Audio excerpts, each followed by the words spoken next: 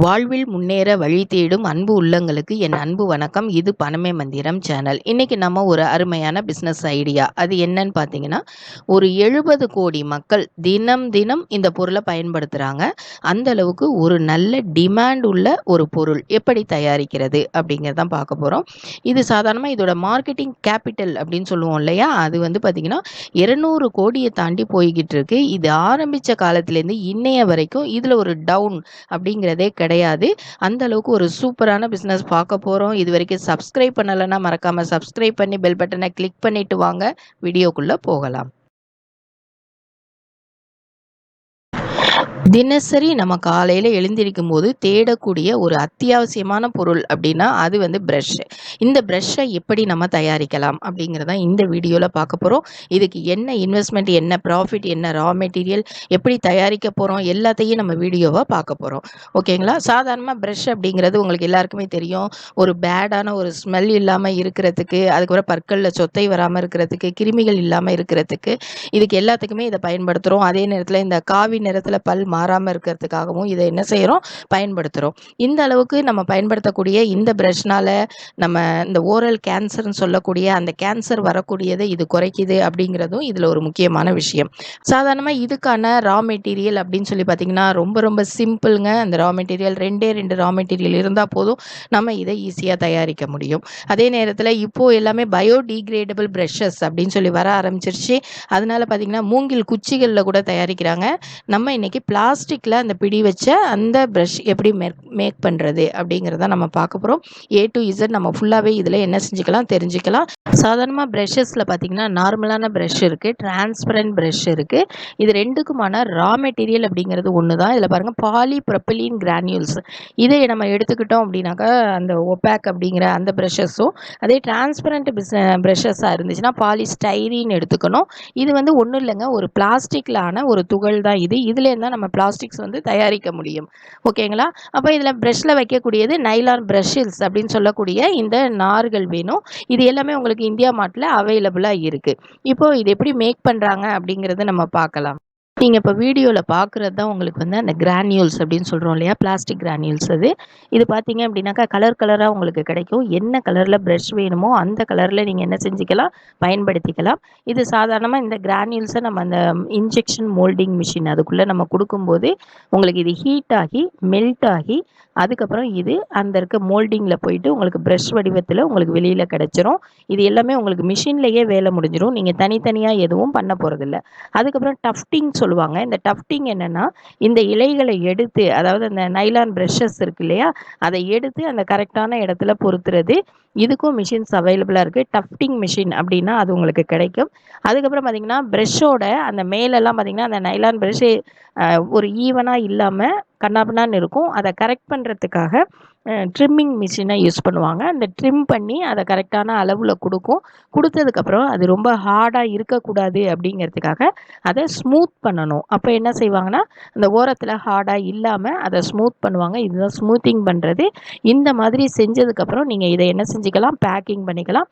Packing வந்து 2 விதமாக பண்ணிக்கலாம். இதுக்கு ஒரு மூடி மாதிரி போட்டுக்கலாம். இல்லை அப்படின்னாக்கா நீங்கள் நார்மல் பேக்கிங்காக ஒரு கவரில் ஒரு 12 இல்லைன்னா 24 ப்ரஷஸ் இந்த மாதிரி வச்சு ஒரு அட்டையில் பேக் பண்ணலாம். அதுக்கான தனித்தனி பேக்கிங் மிஷின்ஸ் இருக்குது. அதுவும் உங்களுக்கு தேவைப்படும். ஓகேங்களா? இல்லை அப்படின்னா நீங்கள் ஒரு ஹோட்டல்ஸ்க்கோ நீங்கள் சப்ளை பண்ணுறீங்க அப்படிங்கும்போது அங்கெல்லாம் வந்து 100 ப்ரஷஸ் வச்ச ஒரு பாக்ஸஸாக கொடுப்பாங்க. அந்த மாதிரியும் என்ன செஞ்சுக்கலாம், பேக்கிங் பண்ணிக்கலாம். இந்த மாதிரி டிஃப்ரெண்ட்டான பேக்கிங் மிஷின்ஸ் எல்லாம் உங்களுக்கு அவைலபிளாக இருக்குது. இப்போ மெஷின்ஸ் அப்படின்னு பார்த்தீங்கன்னா, இப்போ நம்ம வீடியோவில் சொன்ன மாதிரி ஒரு இன்ஜெக்ஷன் மோல்டிங் மிஷின், அதுக்கப்புறம் டஃப்டிங் மிஷின், இது எல்லாமே வேணும். இதில் காமிச்சிருக்க மிஷின்ஸ் எல்லாம் சும்மா ஒரு மாடலுக்காக தான் காமிச்சிருக்கேன். நீங்கள் வாங்கும்போது எல்லாமே பார்த்து வாங்கிக்கோங்க. நார்மலாக ஒரு 10 லட்சத்துலேருந்து 15 லட்சம் வரைக்கும் இந்த மிஷின்ஸ் ரெண்டுமே உங்களுக்கு போகுது. அப்போ என்னென்ன மிஷின்ஸ் எல்லாம் வேணும் அப்படிங்கிறத நம்ம பார்த்துடலாம். Injection moulding machine, tufting machine, trimming machine, trimming அது வந்து டைமிங் கிடையாது, trimming machine, packaging machine, printing machine. ஓகேங்களா? இந்த மாதிரியான மிஷின்ஸ் தேவைப்படுது. இந்த பேட் பிரிண்டிங் மிஷின் எதுக்கு அப்படின்னு பார்த்தீங்கன்னா, நீங்கள் அந்த ப்ரஷ் மேலே நம்மளோட லோகோ, அதாவது ஒரு பேர் வச்சுருப்போம் இல்லையா? இப்போ கோல்கேட்னா கோல்கேட், ஓரல்னா ஓரல் அப்படின்னு போடுறோம் இல்லையா? அந்த மாதிரி நம்மளோட பிராண்ட் நேமை பிரிண்ட் பண்ணுறதுக்கு இந்த பேட் பிரிண்டிங் மிஷின் அப்படிங்கிறது தேவைப்படுது. அதே மாதிரி பேக்கேஜிங் மிஷின் பார்த்தீங்கன்னா, நம்ம எப்படி பேக் பண்ண போகிறோமோ அதுக்கு தகுந்த மாதிரி நம்ம மிஷின்ஸ் வாங்கிக்கணும். இல்லை அப்படின்னா மேனுவலாக பேக்கேஜ் பண்ணக்கூடிய அந்த மிஷின்ஸும், அதாவது ரொம்ப இல்லாமல் செமி ஆட்டோமேட்டிக்காக கூட உங்களுக்கு மிஷின்ஸ் வந்து அவைலபிளாக இருக்குது.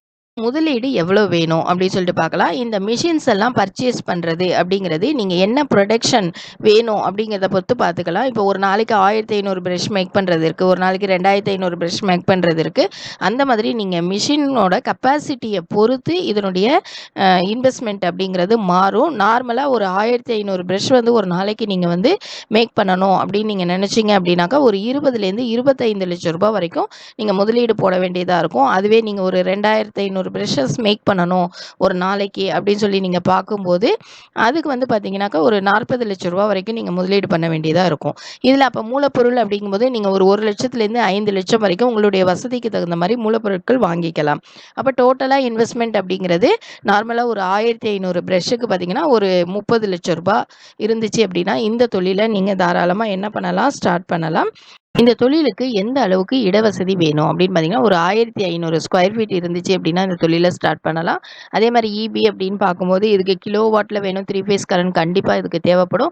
நெக்ஸ்ட்டு பார்த்தீங்க அப்படின்னாக்கா ப்ரொடக்டிவிட்டி அப்படின்னு சொல்லி பார்க்கும்போது, நான் சொன்ன மாதிரி அந்த மிஷின் வாங்குனீங்க அப்படின்னா ஒரு நாளைக்கு 1500 பீசஸ் வரைக்கும் என்ன செய்யலாம். தாராளமாக நீங்கள் சேலும் பண்ண முடியும். அந்த அளவுக்கு இது ஒரு நல்ல மார்க்கெட்டிங் உள்ள ஒரு பிஸ்னஸ் தான். லைசன்ஸ் அப்படின்னு பார்க்கும்போது ஆஸ் யூஷுவல் சொல்கிற மாதிரி ஜிஎஸ்டிங்கிறது ரொம்ப இம்பார்ட்டன்ட். ட்ரேட் லைசன்ஸ் வேணும். பிஸ்னஸ் ரெஜிஸ்ட்ரேஷன் பண்ணிக்கிட்டீங்க அப்படின்னாக்கா ரொம்ப நல்லது. லோன்ஸ்லாம் உங்களுக்கு ஈஸியாகவே கிடைக்கும் இந்த பிஸ்னஸ்க்கு. ஏன்னா நிறைய பேர் இந்த தொழிலில் இல்லை. பெரிய பெரிய பிராண்டிங் இருக்கிறவங்க மட்டும்தான் இருக்காங்க. நான் பிராண்டிங் அப்படிங்கிறது ரொம்ப கம்மியாக இருக்குது. ஆனால் இந்த நான் பிராண்டிங் பார்த்தீங்கன்னா ஒரு சிலர் செஞ்சுக்கிட்டு தான் இருக்காங்க. காம்படிஷன் அப்படிங்கிறது உங்களுக்கு கம்மியாக இருக்கும். ஓகேங்களா? அப்போ இதில் ப்ராஃபிட் என்ன, இதுதான் நமக்கு ரொம்ப ஒரு முக்கியமான பார்ட்டு.